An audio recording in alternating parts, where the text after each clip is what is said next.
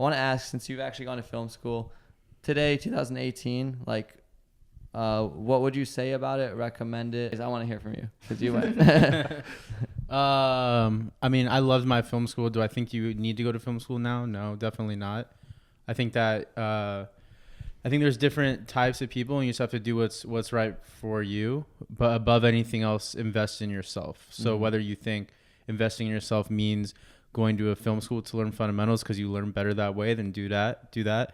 For other people, investing in yourself might be, you have a passion project that you want to do that instead of film school, because I think the best way to learn is just through experience. Even if you do go to film school, though, I would say there's so many resources now that you should just always be teaching yourself outside of school or outside of anything you're doing. Always put in the extra work to learn different tools, because you can only learn so much in film school. Like in film school, I learned a lot of cool fundamentals, and we learned to edit on different platforms, but I knew how to edit before then, but they're not in there really teaching you very niche and specific skill sets. For that, you got to reach out to, other people, or find a mentor in what you want to do, or go on YouTube and, watch tutorials, things like that. And I just feel add like, to your skill set. Like the common thing it goes back to how him saying invest in yourself, but like, I knew how to edit. I knew how to pick up a camera and shoot shit. But like coming out here,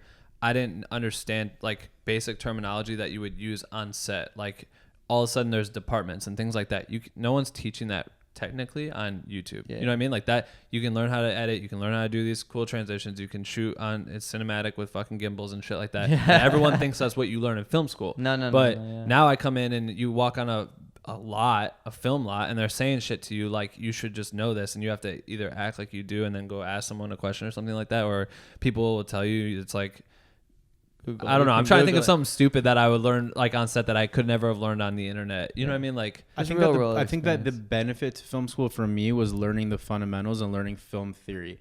And I think a lot of people nowadays are, learning how to edit or learning cool transitions or learning skill sets, but if you don't know the fundamentals, then you can't break the rules. So you have to know the rules to be able to break the rules. So don't just, learn how to edit and learn how to do transitions, because that's not enough. You have to know storytelling and know why. Storytelling. Because if you don't know why, those transitions are just transitions. They're not adding value.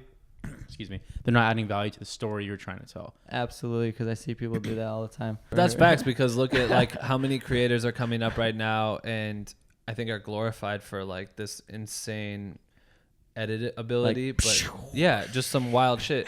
And I love it because it's new and it's something that people are exploring with, and now they're mixing, here's the 360 cam added to it, and it's cool as fuck.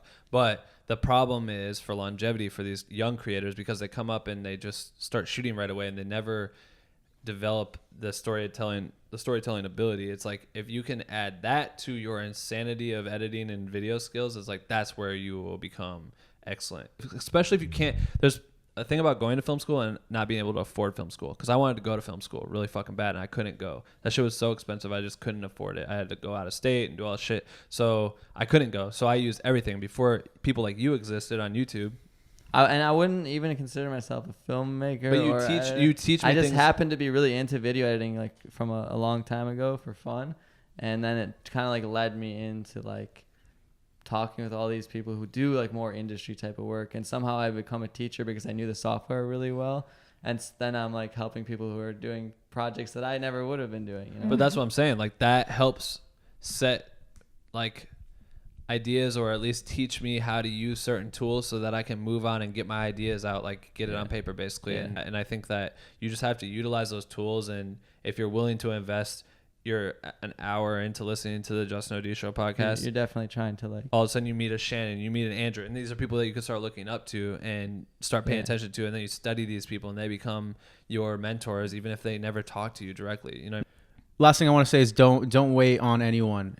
Always create for yourself. We live in a time where you don't have to be waiting on other people anymore or wait for the next job. You can always be creating your own work, create your own job, always be pitching things, and just creating in general. I think, like, don't just wait for the next opportunity. There's always something that you can do to improve yourself.